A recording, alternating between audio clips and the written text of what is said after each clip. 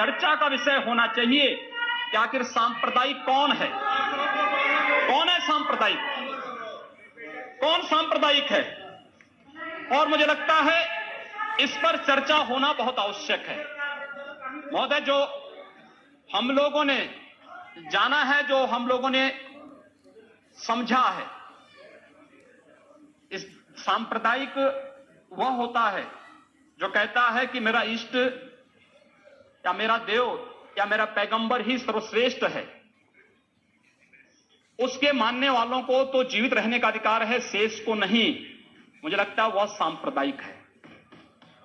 हिंदू जीवन दर्शन कभी इस बात की इजाजत नहीं देता।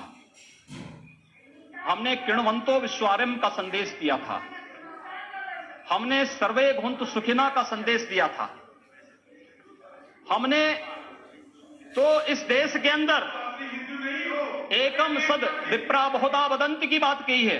जियो और जीने दो, वह विश्वास हमारा दर्शन करता है। और दुनिया की कौन सा मजहब और कौन सा ऐसी कौम है जिसको विपरीत परिस्थितियों में हिंदू दर्शन ने अपने यहां शरण न दी हो, उसको फलने फूलने का अवसर न दिया हो। कौन सा ऐसा है दुनिया के अंदर।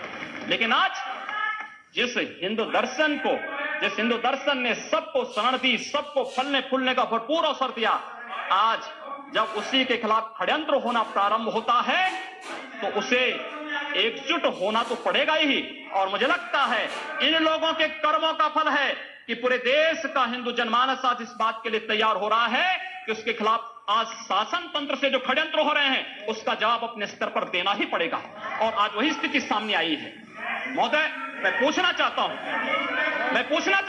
इससे, मैं पूछना चाहता हूं इन लोगों से, जब भारत का मुसलमान हज यात्रा करने के लिए जाता है, महोदय, जब हज यात्रा करने के लिए जाता है, उसकी पहचान तब भारतीय के नाम पर नहीं, पाकिस्तानी के नाम पर नहीं, बांग्लादेशी नाम पर नहीं, भारतीय उपमहाद्वीप का जो भी मुसलमान हज यात्रा करने के लिए जाता है उसकी पहचान हिंदू नाम पर होती है, उसकी पहचान भारतीय, पाकिस्तानी या बांग्लादेश के नाम पर नहीं। लेकिन अगर उसी हिंदू पहचान को हम इनके ऊपर यहां पर लागू करने का प्रयास करते हैं, इनको बुरा लगता है। हिंदू सांप्रदायिकता नहीं, हिंदू राष्ट्रीयता का प्रतीक है। और भारत की राष्ट्रीयता का प्रतीक हिंदुत्व को बदनाम करोगे तो उसकी कीमत चुकानी पड़ेगी इन लोगों को। और इसलिए महोदय, मैं आप सबके आपके माध्यम से एक बार कहना चाहता हूं, महोदय, एक बार गुरुदेव रविंद्रनाथ टैगोर ने कहा था, गुरुदेव रविंद्रनाथ टैगोर ने एक बात कही थी। उन्होंने कहा था अगर भारत को समझना है, अगर भारत को समझना है, बैठ गए आप, फालतू बात करते हैं। महोदय, उन्होंने कहा, गुरुदेव रविंद्रनाथ टैगोर ने एक बात कही थी और उन्होंने कहा था कि अगर भारत को समझना है तो हमें भारतीय अस्मिता को पहचानना पड़ेगा। और भारतीय अस्मिता को पहचानना है तो स्वामी विवेकानंद के बारे में आप जान लीजिए। स्वामी विवेकानंद ने एक बात कही थी कि गर्व से कहो हम हिंदू हैं। स्वामी विवेकानंद ने एक बात कही थी कि गर्व से कहो हम हिंदू हैं। स्वामी विवेकानंद तो सांप्रदायिक नहीं थे, स्वामी विवेकानंद तो किसी पार्टी के नहीं थे। स्वामी विवेकानंद ने तो भारत का प्रतिनिधित्व किया था पूरी दुनिया के अंदर। और दुनिया के अंदर जो हिंदू आज पूरे देश के अंदर, पूरी दुनिया के अंदर अपनी सहिष्णुता के लिए पहचाना जाता था, आज उस हिंदू के साथ किस प्रकार का व्यवहार किया जा रहा है, वह कश्मीर से विस्थापित होता है, उसे कश्मीर से निकाला जाता है। एक भी बार इस सदन में चर्चा नहीं होती है, इन लोगों का मुंह नहीं खुलता जब कश्मीर से 3.5 लाख की संख्या में कश्मीरी पंडित निकाले जाते हैं, तब ये लोग नहीं बोलते।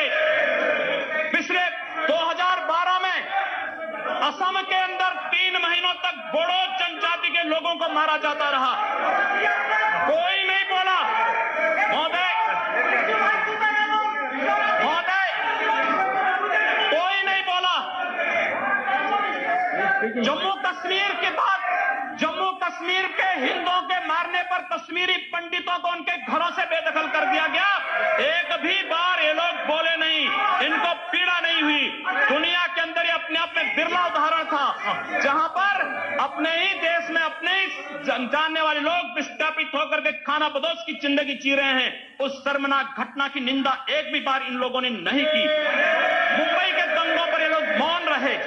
जमशेदपुर और भागलपुर के दंगे कांग्रेस के समय हुए थे, एक भी बार इन लोगों ने उस पर चिंता व्यक्त नहीं की। और तो और 1984 में इस देश के अंदर जिन सिख गुरुओं का योगदान इस देश को बचाने और इस देश की धर्म और संस्कृति, इस देश के समाज को बचाने में बहुत महत्वपूर्ण थी, उन सिखों के कत्लेआम पर भी इनको शर्म महसूस नहीं होती है। और आज ये लोग इस देश के अंदर बात करते हैं सांप्रदायिक सौहार्द की, इनका पूरा चेहरा सांप्रदायिक हिंसा से रंगा हुआ है, सांप्रदायिक एजेंडे से रंगा हुआ है। और इसीलिए बंधु महोदय, इस देश के अंदर असम में क्या हो रहा है, बांग्लादेशी घुसपैठिए इन लोगों के अपने हो गए और इस देश में लाखों वर्षों से रहने वाला समुदाय पराया हो गया। इस देश के अंदर महोदय, असम में बांग्लादेशी घुसपैठियों के कारण कोकराझाड़